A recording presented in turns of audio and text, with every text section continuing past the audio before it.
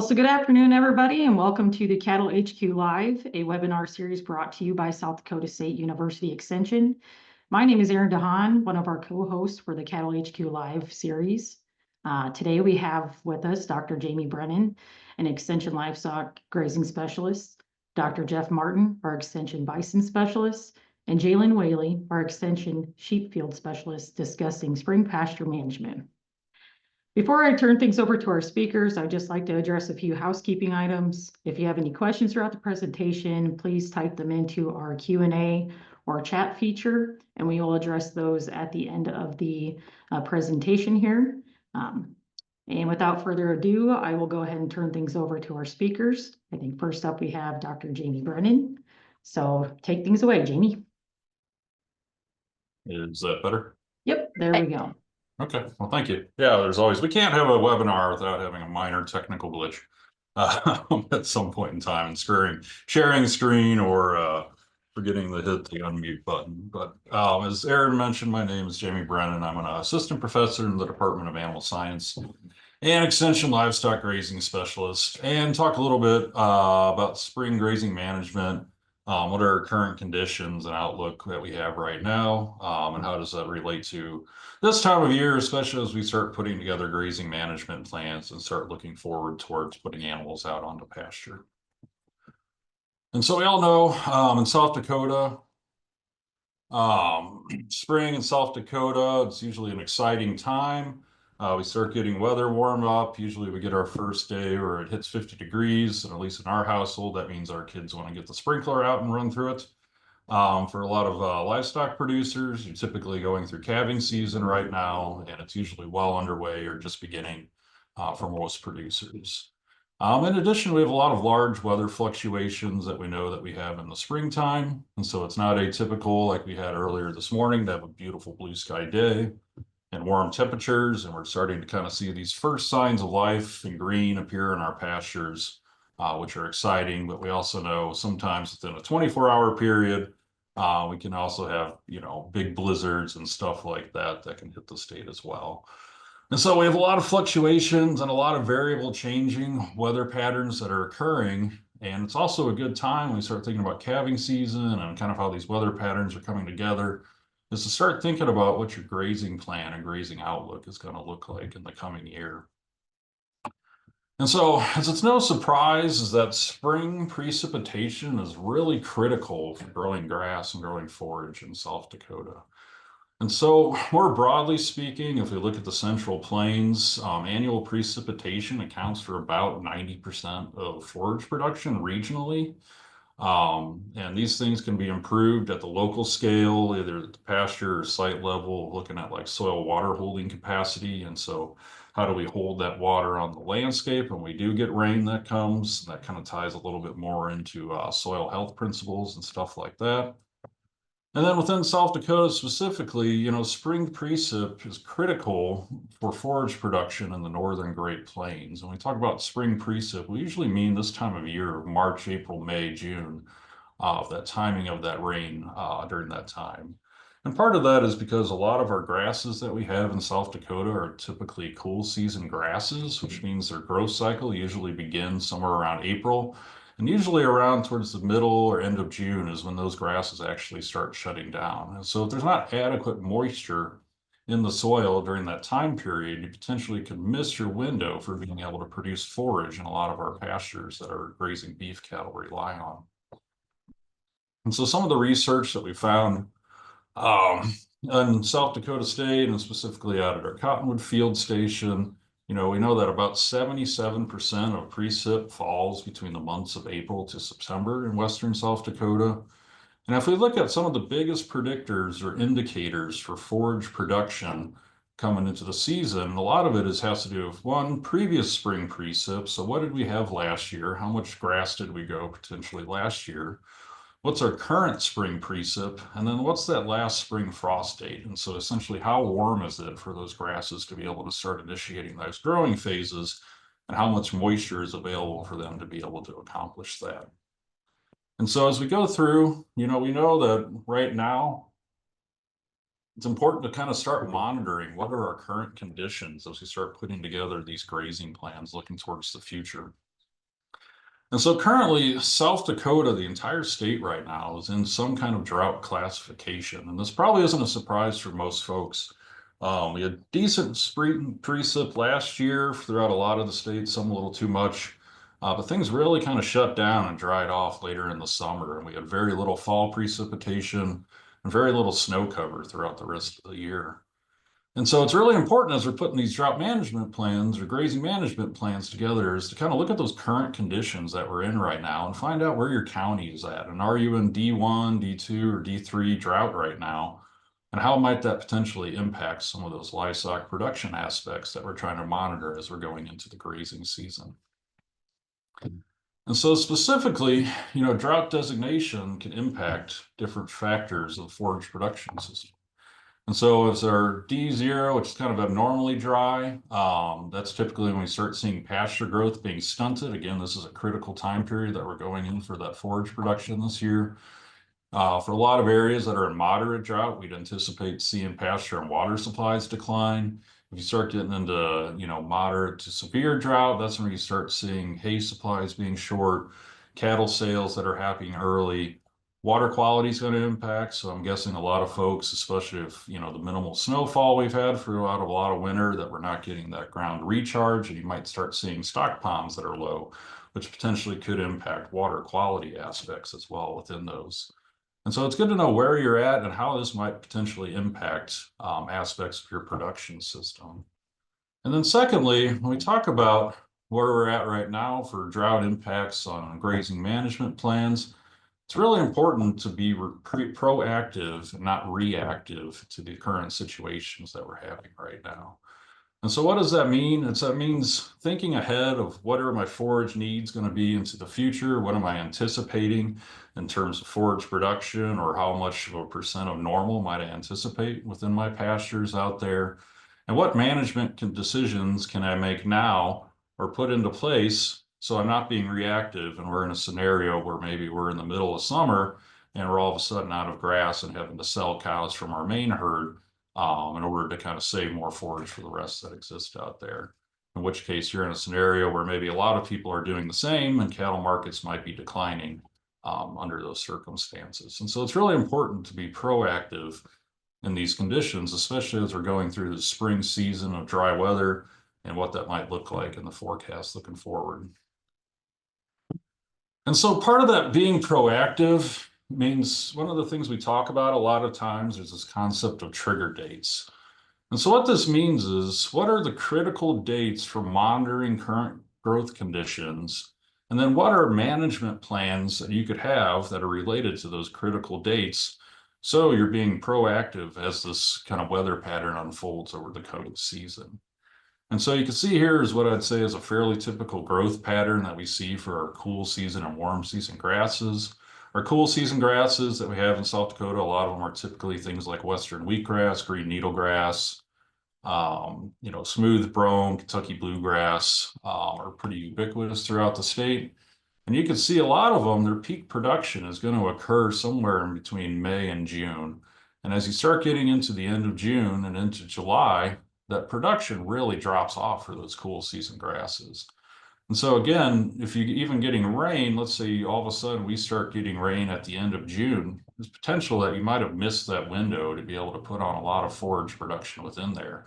And so even if you maybe get back to normal by the end of the season, you might have already missed that window for growing forage production out there as well. And so understanding that, and then what are the differences between those warm and cool season grasses, can really help drive what are those trigger dates that you might be able to make management actions to help mitigate some of those issues that might occur if we do have drought conditions that persist.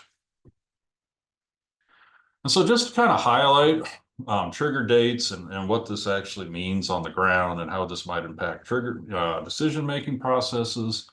And I look at this example from last year, and so this is out at our Cottonwood Field Station. And you can see going into the year, our normal precipitation on June 1st is about 5.75 inches for the year. In 2021, we're at about 6.1 inches for the year, right? And so we're pretty close to normal going into that June 1st time window. And that's typically the time where we'll turn out our yearling steers and move kind of our main cow herd out to their summer pastures. And you can see during that time window, I'd say, you know, hey, I would anticipate based on these current conditions that we're probably going to be near normal in terms of forage production. And that is what we actually observed this past year, is that we were pretty close at our research station to about 1,800 pounds per acre, which is pretty typical of normal for that production system. Now, I'll contrast this with 2022, where we had a drought year. I don't think it was too dissimilar actually from this year, where we had kind of a previous dry fall, and we went to 22 that we carried kind of those drier years in. And you can see in 2022, looking at June 1st, which would be our potential trigger date, you know, we were at 2.8 inches compared to normal of 5.75 inches. And so we have about a 3-inch deficit that we need to make up in the month of June just to get back to normal, right? And so if we had an 8.8 inches normal, we would potentially need 6 inches of rain in the month of June in order for us just to get back to normal. I mean, that's not even above normal. That's just to get us back to normal and hopefully get back to producing about a normal amount of forage production. And so if I'm looking at this, making grazing management plans over the spring and then going into turnout, and I might say I need 6 inches of rain in June and I could hope for that. But if I look at the numbers, we've only had 6 inches or more of rain in June in 3 out of the last 45 years, right? And so that's about a 6% chance that we're going to get enough precipitation just to get back to normal. And so these are sometimes the realities to look at of, you know, if I'm a betting man, I might not take that bet on a 1 in 20 chance that we might get adequate moisture just to get us back to normal. And it's probably kind of time to make some harder decisions when we're coming into these trigger dates, just to mitigate some of these, you know, losses that we might have in terms of hay or forage production. And so these can be things like evaluating your herd size. And so if you have call animals that you've been holding on to, it might be a good time to sell those animals on those trigger dates, just to increase forage for the remaining herd. Likewise, if you have animals that are maybe more liquid like yearlings, you potentially could sell those animals and save more grass for your main cow-calf herd that you have available. Could potentially consider additional leasing options if that's possible. So if you have a neighbor who's got a quarter or something like that, for example, that you could lease, it might be a good time during the season to talk to them about what is their leasing options so you could secure enough grass for your herd as you're moving throughout the grazing season. And then evaluate what are your supplemental feeding options. Can you secure forage or hay early to avoid price increases that might happen later on when the supply drops and demand increases? Is there crop residues, things like that, that you could identify that potentially graze your animals on to extend that grazing season maybe into the fall? And then key to all this, really, as you're kind of going through and putting together grazing plans, looking towards the future, is really to be adaptive, right? So constantly monitor conditions, being adapted to those changes that occur. And so as we saw on that drought map earlier, you know, maybe I'm in D2 right now. It might only take 2 or 3 weeks of really good rain in April in order to kind of get that back to normal, have a decent forage production season. So being adaptive, but also on the reverse side, maybe I'm getting the later summer and I'm running out of grass and I might consider weaning my animals early in order to save grass and reduce that forage demand on my cow herd as one potential strategy. Pay attention to FSA disaster relief programs or programs where maybe potentially get hay, CRP ground or stuff like that. And then constantly monitor conditions both on the ground, but also use tools that are available for producers to be able to monitor conditions and look at some of those outlooks going forward. And some of those things can look at like NOAA, which puts out, you know, monthly drought outlook maps every month. And so this map is valid for the March of 2025, and they'd release a new one at the end of March. And you can see based off of this map, we'd anticipate for much of South Dakota for drought to persist over the month of March. This is going to be really important as we start getting into April, May, again, these critical growing periods, to watch this and what is that outlook in the next month, and do they predict that conditions are going to be improving based off of those outlooks. You could also look at things like South Dakota NRCS, which has drought planning tools that are available for livestock producers, as well as what they have as forecasted predictions for percent of normal forage production.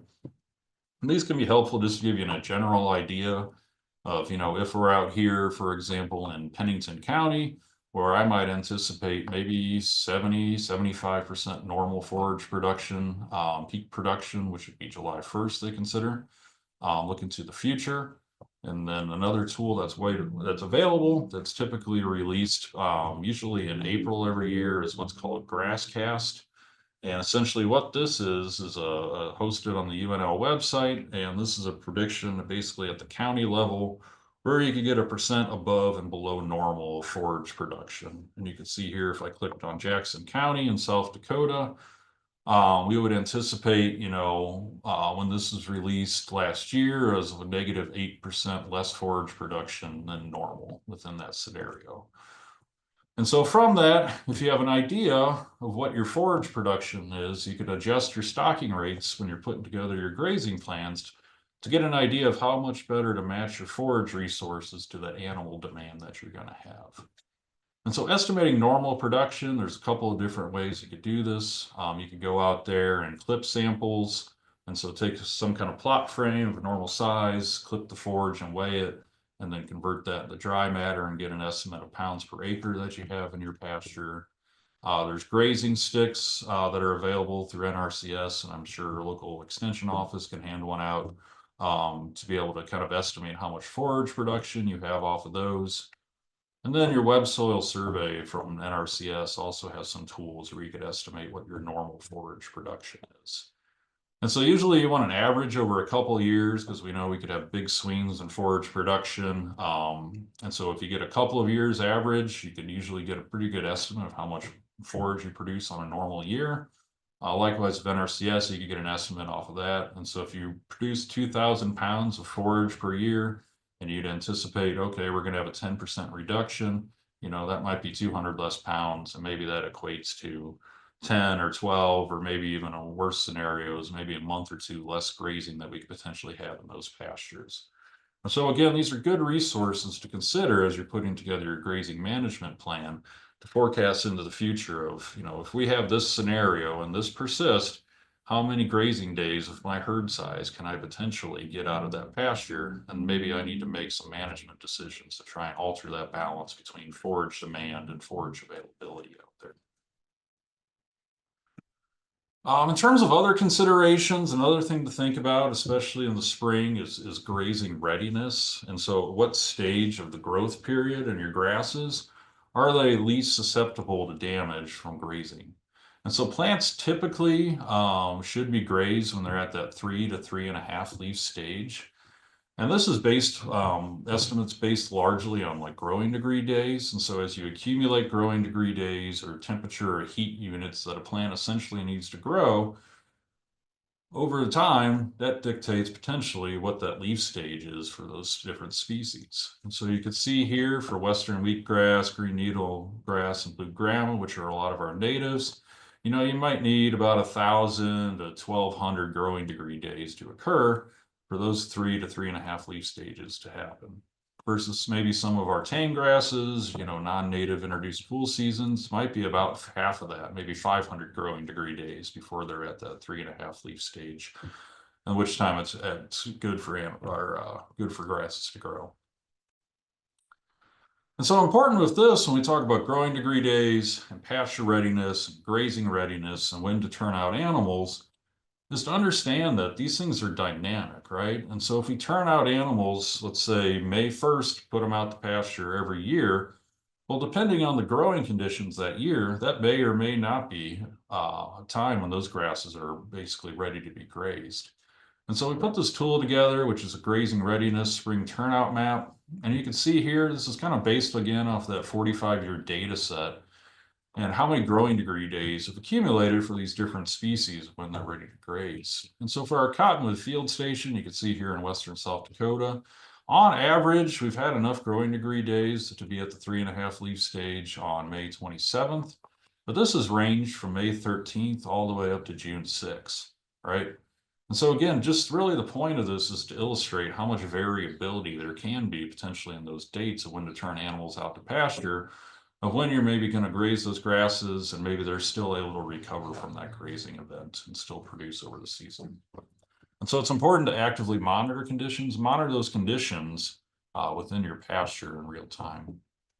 Other considerations, grazing lightly early in the season. And so some previous research has shown about 25% utilization in May. still allows for sufficient regrowth of your pasture and grasses, versus if you have a higher utilization rate, maybe 50% in May, or if you carry that over from May into June, could potentially negatively impact forage production throughout the whole season. And then knowing your pastures, right? What is the grazing history? Do you have pastures maybe that you hit a little bit harder in the fall that you might want to not put animals out in the spring to allow those cool season grasses to recover? I talk about knowing your grasses, save your assets there. Understand what species composition is in your pasture can help dictate some of these grazing management decisions. And so if you have pastures that are really heavy in crested wheatgrass or smooth brome or Kentucky bluegrass, these non-native grasses that again green up earliest, need less growing degree days to be at that 3.5 leaf stage, you potentially could put animals in those pastures earlier in the season, maybe during calving, to potentially, when those are ready and allow your native pastures to be able to come up and grow a little bit more before you graze those.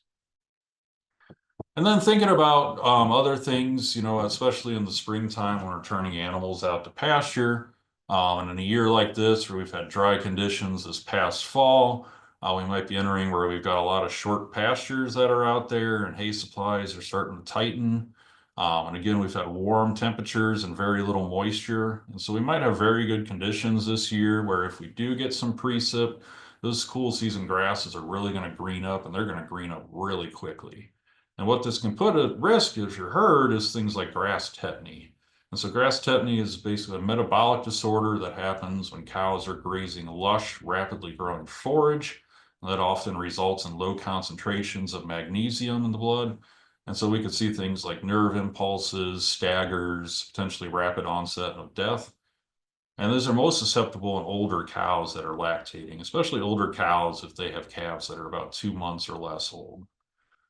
And so things to be aware of as we're going to these grazing plans and looking to the future is things like grass tetany that might impact our herd health. And so the management strategies could be things like delaying turnout, maybe providing a high magnesium supplement prior to turnout, and maybe providing hay if your animals are on lush pasture, which may be difficult for them to eat, especially as they're probably going to select for that higher greener grass. And so kind of just to recap, it's really important as these dry conditions are predicted to persist to have a good plan in place, monitor those conditions regularly, and then look at those trigger dates when you're making action decisions. So again, you're being proactive and not reactive to the situations on the ground. And then use the tools that are available to you, as I mentioned earlier. And in addition, we're kind of piloting this summer for some producers, if anybody's interested, is basically a range report. We're basically pulling data from all these different sources and estimating what percent of normal of precip are you at, what's your palmer drought severity, and then what's our management recommendation from an extensive standpoint, given the conditions that we're currently in. And so if you're interested in that pilot program, you're welcome to reach out to me. But with that, I believe questions are going to be held towards the end, and I will hand it off to my colleague, Jeff Martin.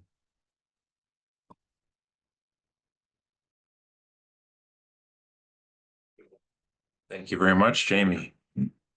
I do not have a PowerPoint for what I'm talking about because what I have is pretty short. I'm going to be talking about the do's and don't, singular don't, of multi-species grazing with bison. And so we're going to start with kind of piggybacking a little bit off of what Dr. Brennan was talking about. And so with multi-species grazing with bison markets themselves are really tight and restricted, and it's really difficult to be able to destock pretty quickly to be able to match your stocking rates for what you're growing. But by bringing in multi-species to make your livestock body a little bit more liquid, being able to destock much more quickly, cattle and bison do work well together. You could either have bison and cattle as simultaneous in the same pasture at the same time, grazing together. That has been successful in multiple operations throughout the Great Plains. Or you can do it in succession, where you have one of those species go through first and then another one following shortly thereafter. With other species, so like if you have maybe horses or goats, anything else, those we usually are going to want to recommend doing successional grazing. Bison and horses in particular don't really get along very well, and bison will pick on things like goats. It's just the way they are. I can't change it or help it. But the absolute one singular don't is having sheep and bison together. And that's the only reason being is because at the moment, we do not have a vaccine for bison against what's called malignant catarrhal fever, MCF. It is an ovine herpes virus 2, and nearly 99% of sheep have MCF, and they're carriers of it. They don't have any symptoms to it, but in bison, it is 100% fatal if it's transferred to bison. And it's really difficult to be up on it and know when it's going to happen because there's between a 7 and 25 week incubation period. And so you have absolutely no idea when your bison have been infected. And then it's, I think I already said this, nearly 100% fatal. So the only don't is don't have sheep anywhere near and don't graze on pasture that has previously had sheep recently. And so, as promised, mine was pretty short. And I will turn it over now to our sheep specialist. Thank you. Let's see if I can get my screen shared correctly here.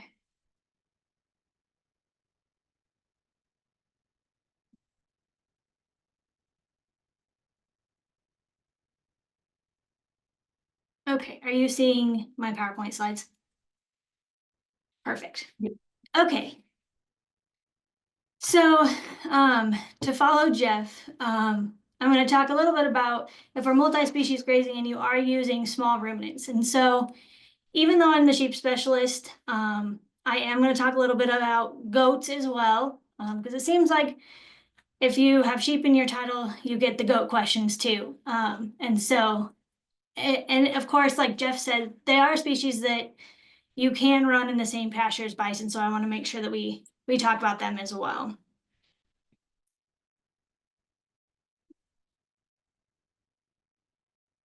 So I guess to kind of summarize what we've all talked about a little bit, when we look at the grazing preferences of our ruminant animals, we really categorize them in 3 categories, and that's our bulk grazers that are predominantly going to eat grass, our intermediate selectors that have the widest range of diet preference, and then our concentrate selectors who are primarily going to be eating our forb or our flowering species, as well as our shrub and brush type species. And so obviously Dr. Brennan and Dr. Martin have talked about beef and bison, and we're going to focus on sheep and goats, which actually fall into 2 different categories. Sheep are considered an intermediate selector, where goats are more of a concentrate selector. And so we'll talk a little bit about how those dietary preferences influence what they do on rangeland.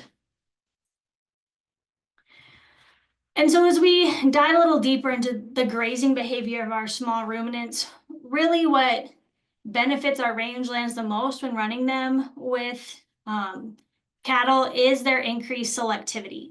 So they are going to want to graze the more palatable, more nutritious things in your pasture.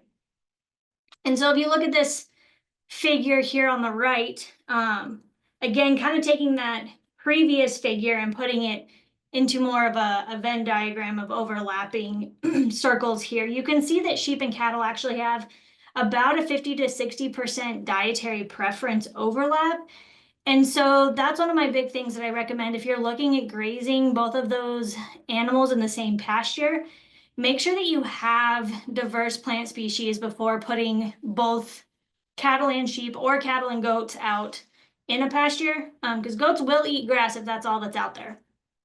But obviously you can see here they have the least amount of dietary overlap with our cattle. Our sheep and goats will graze much closer to the ground typically than cattle will, which makes them really advantageous in pastures that have a lot of really short grasses or low, short forbs as well.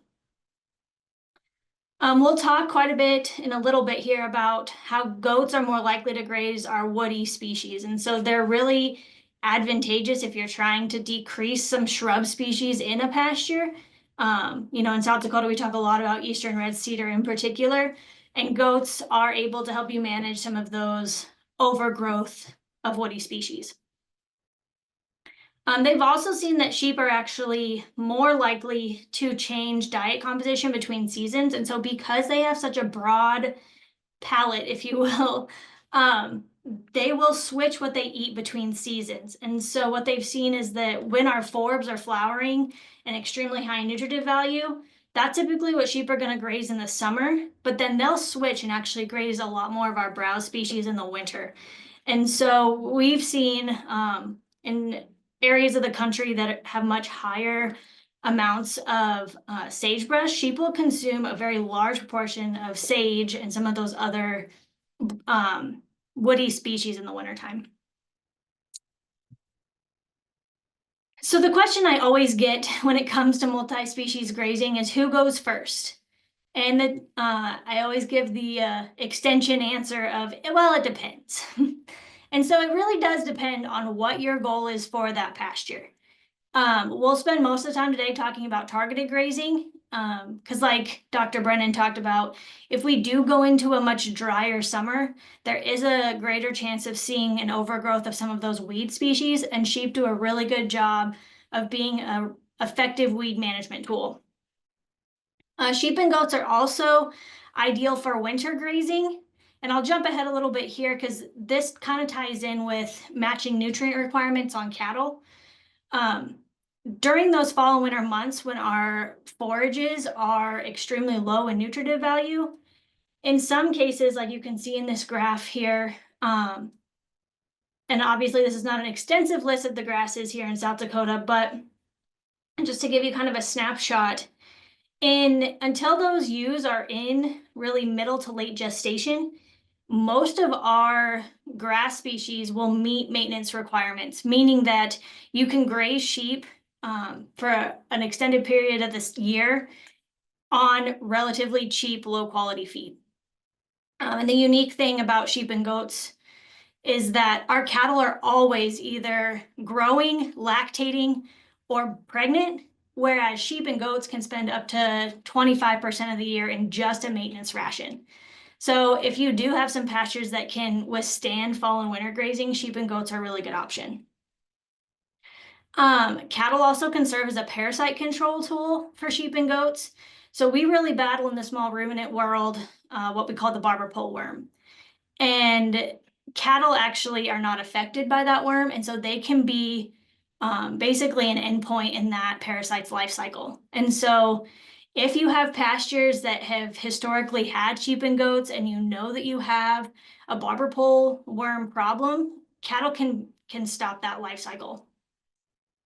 And then also, I guess, touching back on this matching nutrient requirements, like I said, cattle are always either lactating, pregnant, or growing. And so maybe it's the most advantageous for you to put those cattle on pastures that are the most nutrient dense and time it according to when your cattle need the greatest nutrient requirement. But what I really want to focus today, and I think one of the growing interests when it comes to multi-species grazing and small ruminants, is this idea of targeted grazing, or grazing an area as intensely as you are capable or want to do, but mainly targeting some specific plant. And so the benefit here is that we do get some better pasture utilization. The more intensely that you can graze that plant, so let's say you have a big patch of leafy spurge that you want rid of. If you can control those sheep and keep them in on that leafy spurge, that gives your cattle more pasture to utilize while still making use of some of that unwanted area as well. Our sheep and goats will consume some of those less palatable plants. They're less sensitive to things like tannins in the plants, and so they will graze some of those things that maybe our cattle won't always graze. This also provides an opportunity to extend the grazing season. If we run our sheep and goats through, they graze the bulk of maybe the forb and browse species, then you also have grass left over for your cattle. It also provides better manure distribution, and this ties in also with some of the pasture utilization. Sheep and goats are willing to travel further from water and up higher inclines and things like that. So if you have some topography in your pasture, sheep and goats are more likely to graze those hillsides and travel further from their main water source to graze. Some of the negatives here to targeted grazing, of course, it can be considered high cost. The biggest one I hear is fencing. If you run only like a 2 to 3 wire fence, definitely not going to keep goats in. We can, to much people's disagreement, we can keep sheep in behind a 3 wire fence. 4 or 5 is obviously always better, but fencing is usually our largest cost as well as labor. If you're wanting to target graze extremely intensively, to make sure that we're really hitting those unwanted species hard, it does take a little bit more labor. We also have to consider the layout. Can you put some kind of temporary fencing where you need it? Can you get water to that temporary fencing area? Is the topography conducive to having temporary fence over it? So think those things through and evaluate your pastures before diving into targeted grazing. And then, of course, we always have the potential to not utilize our pastures as well. You might over or undergraze. Typically, I would say that we're going to see some overgrazing just because people aren't used to having both of those species on their pastures. But if you just kind of flash graze and graze really fast, sometimes you're not going to get enough utilization of those plant species, so you're undergrazing your pastures. And this picture here on the right is actually a producer here in Newell that target grazed sweet clover. So we had a huge sweet clover crop this last spring and summer. And so these ewes are on a virtual fence system, and he was able to graze this sweet clover before or while it was provided some nutrition to those growing yearling ewes. Probably one of the most popular that we see interest in utilizing small ruminants on is leafy spurge in South Dakota. And these are just some pictures. We had a producer just last summer in Spearfish that had a leafy spurge problem. And he ran, as you can see, just 2 strands of polywire. It doesn't have to be extensive electronet by any means, but exposing those sheep to some kind of electric wire prior to maybe turning them out is always advantageous, but we can run sheep behind just 2 simple polywire strands. And you can see on the right side of that picture where those sheep had already grazed, there's virtually no leafy spurge as opposed to on the left. And so I guess we'll see what his pastures look like this spring. But he went from having 13 ewes out there this summer, and now he's growing and wanting to put 25 out on his pasture. So there's some really neat opportunity, and you can actually see this yearling ewe here. If you look close, she's pushing aside the grass to get to that leafy spurge. And typically what they're going to do is just eat the tops off. And so we want to make sure to graze that leafy spurge before it seeds out. That way we're reducing the amount of viable seeds. Now, if it has flowered and you have some seeds out there, there is some research that shows that just by grazing them, you're going to decrease seed viability by about 50%.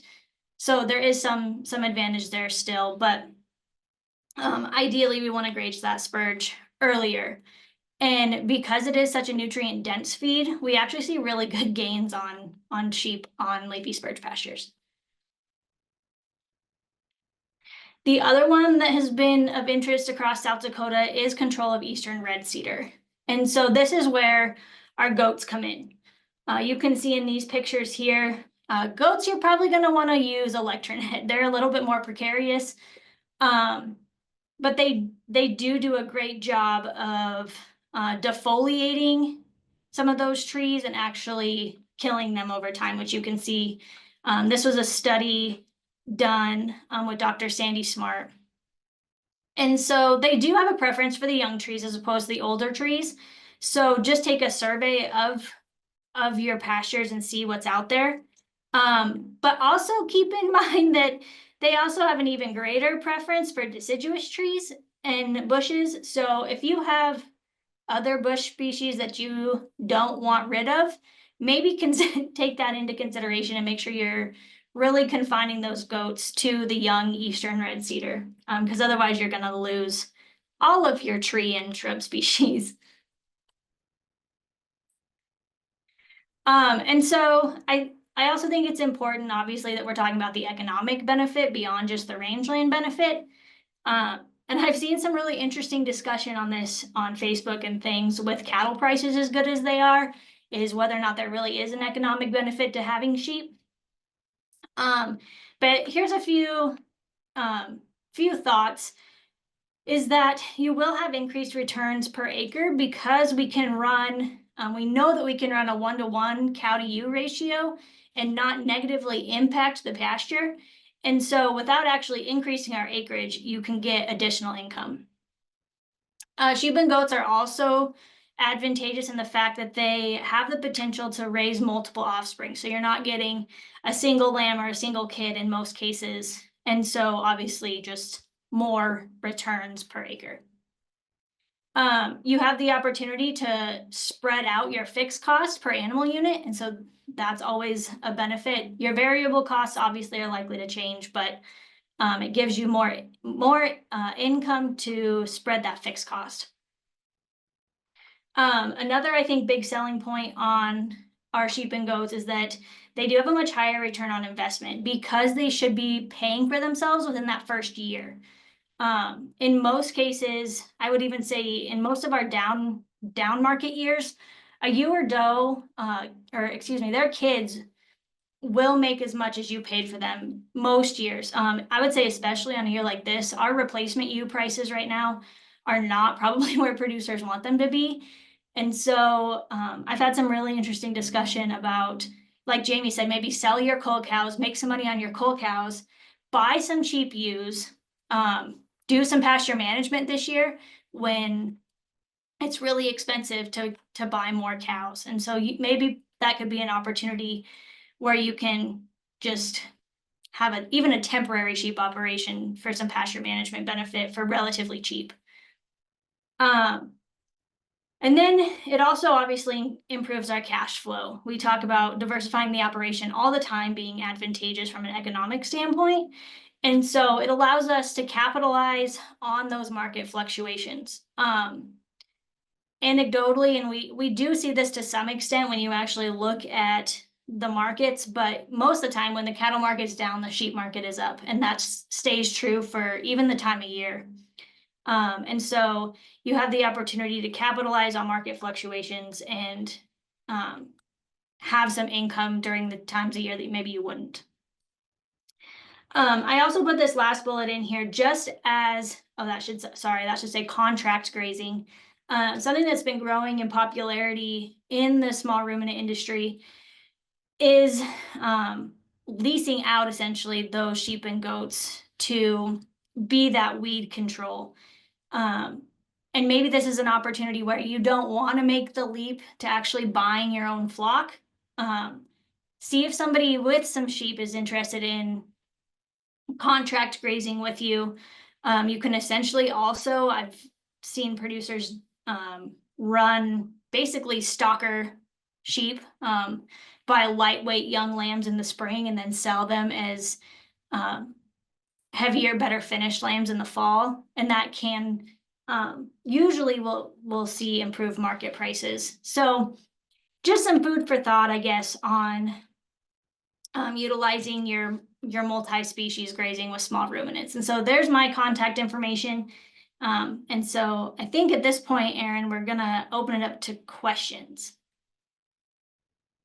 Yep, that's correct. So, but yeah, I just want to take a moment first just to thank each of our speakers, Jamie, Jeff, and Jaelyn, for sharing some great information from spring pasture management all the way to multi-species grazing with a variety of ruminants. So, but yeah, we're gonna open it up for question time here.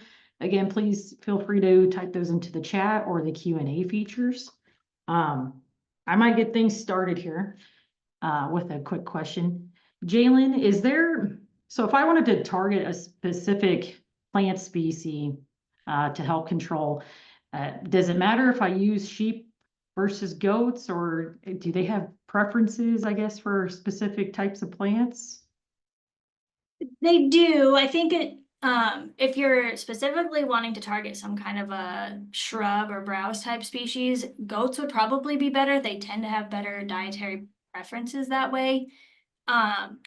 Whereas sheep are probably going to prefer the forbs more.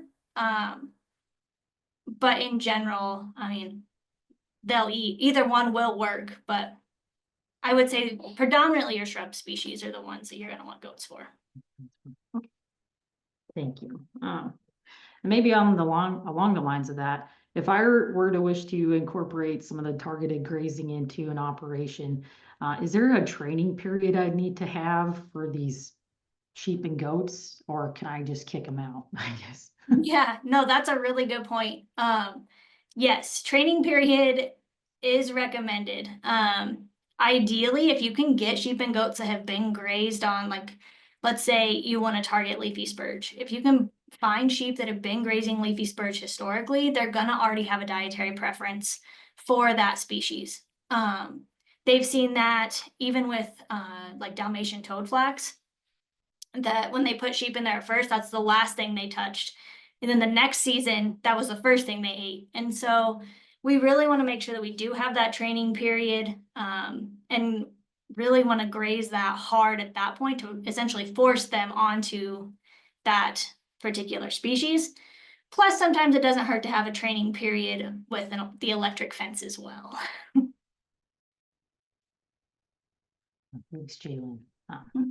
Okay, so I do have a question here. Maybe this is directed more towards Jamie, but under drought conditions, what would be my best resource for grazing after October? So maybe after the grazing season has concluded. Yeah, no, that's a good question. Some of the things you could look at to extend those grazing seasons in any year, really, for that matter, which can be difficult in drought years, especially is if you have cover crops potentially that you could put animals on. And so if you're operating in kind of a livestock cropping integration system, can you put animals onto cover crops to potentially extend those? Are there crop residues like corn stalks that you could potentially utilize under those situations to extend some of your grazing sources out there as well? Obviously, buying feed and bringing hay in is probably going to be one of the more expensive options under those scenarios, but I would probably explore maybe some of those. In addition, just kind of part of pasture management and planning. You know, sometimes folks will basically bank grass. And so if there's pastures that maybe you leave untouched, or maybe they're pulling out a rotation for the year, they have the ability to grow a little bit more forage that you're kind of setting aside, so you could utilize that maybe in that October, November, December time period, just as a grass bank in case we do have dry situations out there.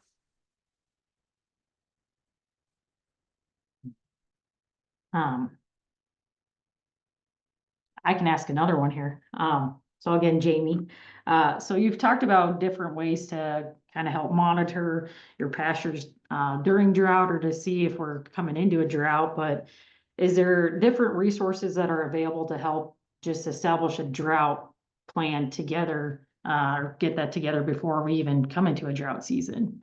Yeah, usually the best time to drought plan is when you're not in drought, right? Because again, that's that being proactive versus reactive. And so if you're in a good year, that's usually the best time to put those plans together. Obviously, for current outlook, it's not looking like that. If you go to the National Drought Mitigation Center at University of Nebraska, they have some really good workbooks for producers to work through drought management plans, or what are some different options that they have in those scenarios. NRCS, your local NRCS office, can certainly help with drought planning. There's a lot of very talented, qualified individuals at your local office that usually help producers with drought planning. And of course, my biased opinion is the best information you can get is SDSU Extension. And so certainly reaching out to me or any of our qualified, SDSU Extension personnel, we're always happy to help put together drought plans, give you information that you need to be able to work through some of those scenarios. So Jamie, I have a question for you, just because. So if I wait and graze, like let the grass get beyond the 3-leaf stage, so let it get a little more growth, how does that impact my potential grazing production? Would it improve it? So like maybe I hold the cows in to dry lot a little longer before I turn them out because I know it's going to be dry. I'm just kind of curious because that's the question I always get is, well, should I just hold them in a little longer and save some forage to produce more forage out there? I'm just asking, in the big scheme of it, does it impact my production for the year in a dry scenario? Yep, no, that's a great question. Yeah, in a dry scenario and even in a wet scenario, if you turn animals out too early and you graze that grass and it's in those earlier leaf stages, essentially what's happening is, as that grass is growing, especially early on, it's relying a lot on its banked resources. And so what is available in the roots that are essentially feeding that growth. And so if you graze too early before those plants are big enough and they're able to photosynthesize and get their energy that way, is that they're relying more heavily on their reserves. And so you're essentially depleting that bank account for those grasses. And so this can have impacts in terms of the long term, or maybe over years and years. If you're turning out animals early in the same pasture, you might maybe deplete some of the roots within those and affect maybe the survivorship of some of those species. In the short term, you potentially, especially in a drought year where you're already forage limited, if you graze too early, you might actually further negatively impact that forage production under those scenarios as you go through the season. So what's the opposite if I wait longer? So I give them longer, does that give me an improvement in forage production? I would anticipate that you would have an improvement. Now, you're always going to be limited by precip, right? So even if you wait longer, maybe you're not going to get to normal forage production under dry conditions, but you might not have as big of an impact to that reduction in forage supply. Thank you. We do have another question that's come to the chat. So if South Dakota has some good perennial growing seasons, does SDSU have any idea if typical herds have increased above normal production prior to significant droughts? I'm going to have to find an ag economist to look at the numbers of animals. That's a really good question, actually. My gut reaction, which may or may not be correct, is we're kind of in a low herd inventory year. And I don't know, maybe Naren, you could comment a little bit more on that. Yeah, I think we're at kind of low or I don't think we're above normal production right now. In terms of just herd size. So yeah, if anything, a decrease. So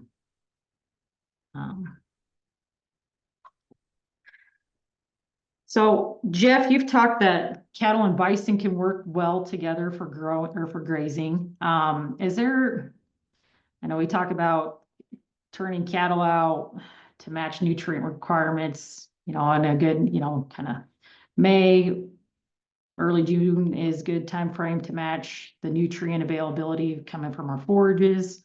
And it can line up well with where nutrient requirements for our cow herd are, depending on when you calve. Is there a good time of the year based off from, matching forage quality with our bison nutrient requirements based on their calving season as well? Right. And so bison have a similar 9-month gestation that cattle have. One of the major differences in some herds is that, compared to some cattle herds, is that bison still follow the quote unquote natural birthing season. So at the same time that you see, say, deer fawn and elk fawns being birthed, bison are still wildlife, and they follow that very cyclical natural period. And so they're a little bit delayed compared to some cattle operations. Quite a few cattle operations do push that earlier in the season. And that's a very different aspect. So with bison being, well, starting here in about a month, about April 15th through May is when we'll see most of our calves dropping. So yeah, they're going to be matching that lactation with that spring green up. That's why wildlife do this, is to follow that natural periodicity. So yeah, it's a little bit deferred compared to some of our cattle operations, but there are still cattle operations that try to still follow that natural cycle too. So it's not a broad brush stroke.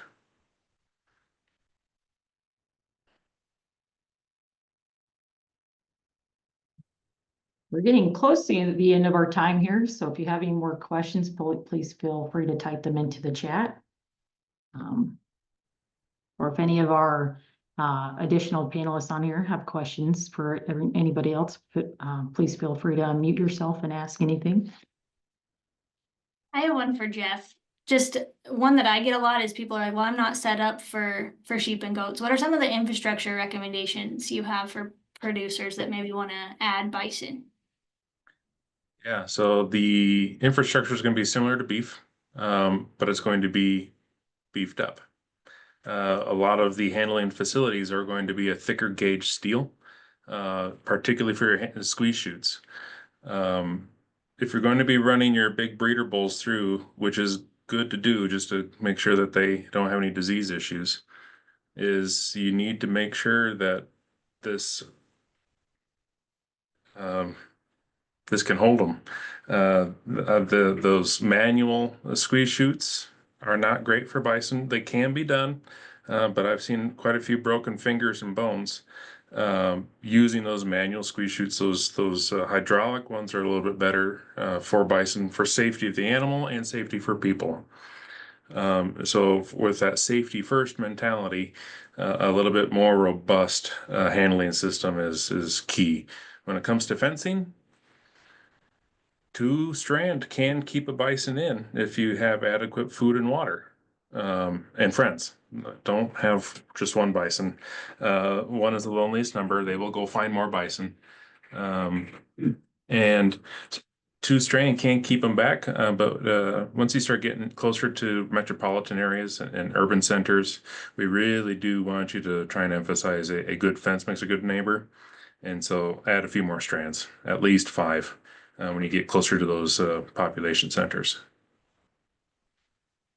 Yeah, I think that's a really good point. And I think on any operation is if they don't have enough feed, they're going to get out. And that's, I think, what I see as the biggest mistake made with sheep and goats too, is that if they run out of feed, they're going to go find it. So, yeah. Yep. When you get hungry and there's no other option, you'll find yourself at McDonald's. Oh, absolutely.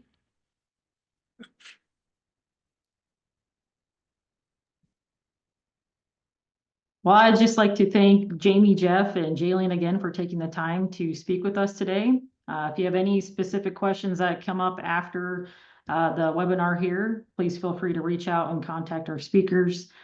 Their information has been dropped in the chat, as well as you can find that online.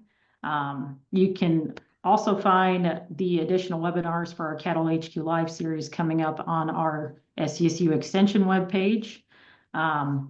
We do have a brief survey that will be coming out at the end of the webinar that we'd ask you to kindly fill out so we can help to continue our webinar series. But without further ado, we will wrap things up, and thanks again for joining. We'll see you next time.